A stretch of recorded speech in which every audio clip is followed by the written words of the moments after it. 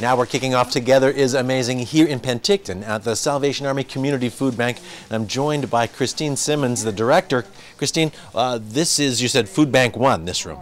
This is indeed Food Bank 1, and the items that you see in here are items that have been sorted and dated to make sure they're not outdated, and they're packed into hampers and ready to go out to the folks who need food this afternoon. Now it looks like there's a lot of food in here, but you were saying that even this big stack of bread isn't going to last very long. Well, it goes out as quickly as it comes in because we have so many people who are looking to us for help. I'm talking about the demand. You were saying that the demand has increased a great deal over last year. Well, we just did some statistical research, and in 2011 we did 825 more food hampers than in 2010.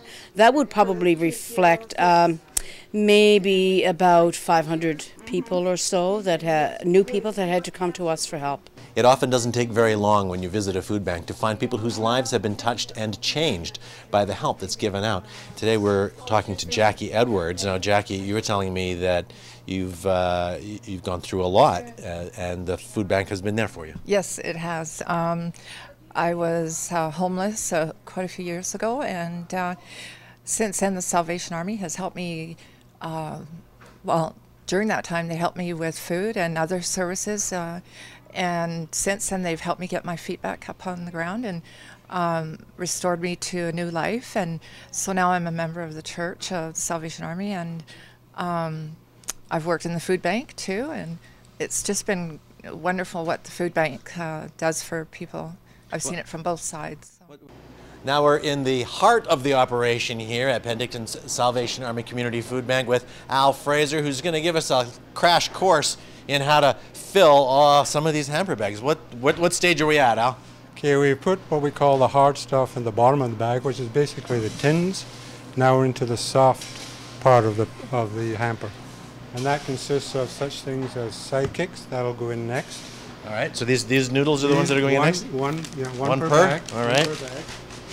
So now bags of rice. Bags of rice. Up over there. Rice okay. Here.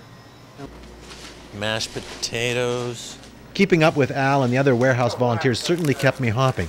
It was a real eye-opener to see just how much food they needed to process every day. You know, you said you've been doing this for 3 years.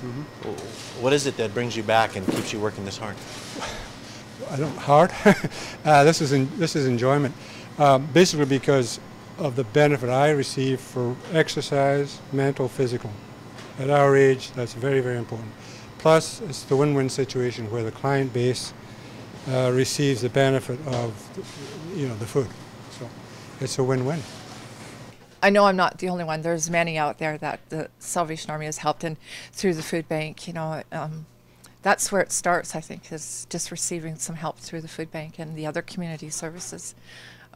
That's where you get a glimmer of what they offer and where you can help out, once you do get your feet back up on the ground.